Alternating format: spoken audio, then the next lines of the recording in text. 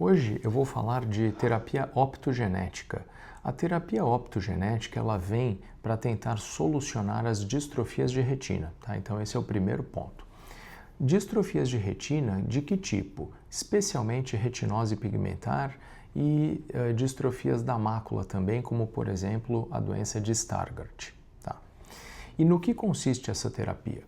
Essa terapia consiste em atribuir para uma outra camada da retina, que não a camada dos fotorreceptores, que é a camada atingida pela retinose pigmentar. Então, fazer com que uma outra camada da retina se transforme numa camada de células fotorreceptoras, tá? De tal maneira que se a doença destrói os fotorreceptores, como a retinose pigmentar o faz, nós transformamos uma outra camada retiniana em uma camada que também é capaz de receber a luz, né? E aí, desta forma, continuar o processo visual, tá? Então, basicamente é nisso que consiste a ideia da terapia optogenética. Ela bypassa, ou seja, o que é bypassar? Ela cria um novo caminho para o processo visual, ignorando a camada dos fotorreceptores, tá? Então, basicamente, essa é a ideia. Então, o estudo que ocorreu se chama MCO-010, tá? É o nome, inclusive, do medicamento, o nome comercial do medicamento e do estudo também. E é uma terapia bastante promissora. Foram tratados alguns pacientes com resultados bons em termos de acuidade visual e de campo visual. É uma terapia realizada com injeção intravítrea, então é uma injeção mais segura do que as injeções subretinianas, tá? E a previsão é que em meados de 2026 esta terapia seja aprovada pelo FDA nos Estados Unidos da América, tá? Estes são o que eu chamaria de prós deste tratamento, ou seja, é o lado bom, são as notícias boas.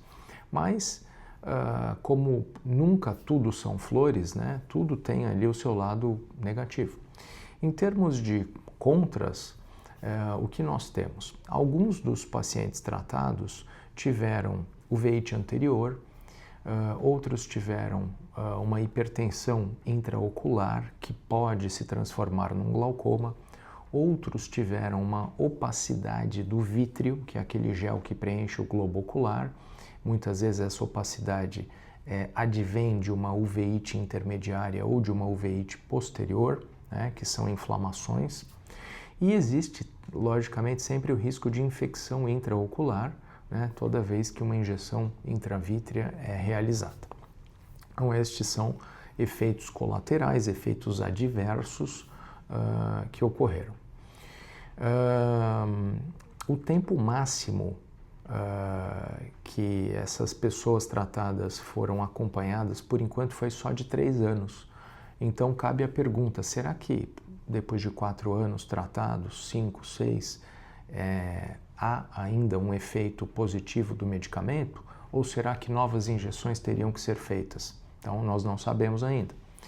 Outro ponto importante, foram incluídos neste tratamento apenas pacientes com acuidade visual entre 20/1600 e 20/800, que traduzindo em miúdos, tratam-se de acuidades visuais bastante baixas, tá? Abaixo ali da linha da cegueira legal, que seria 20/400, tá? Então, pacientes com a visão bastante ruim que foram inclusos no estudo. E pacientes com acuidade visual ruim, mas não tão ruim como essa, será que se beneficiariam também deste tipo de tratamento? Ou não, né? Nós não sabemos, não foram tratados pacientes com acuidade visual melhor do que essa. Apenas 22 pacientes foram tratados, esse é outro ponto, ainda é um número pequeno de pacientes, né? Então a gente precisa de estudos maiores para que os dados de eficácia sejam mais robustos, né? Então esse é outro ponto importante. E os genes mutados nos pacientes tratados, eles não foram divulgados, né? Então, existem mais de 150 genes que causam retinose pigmentar, por exemplo, fora as outras distrofias, que são outros genes também.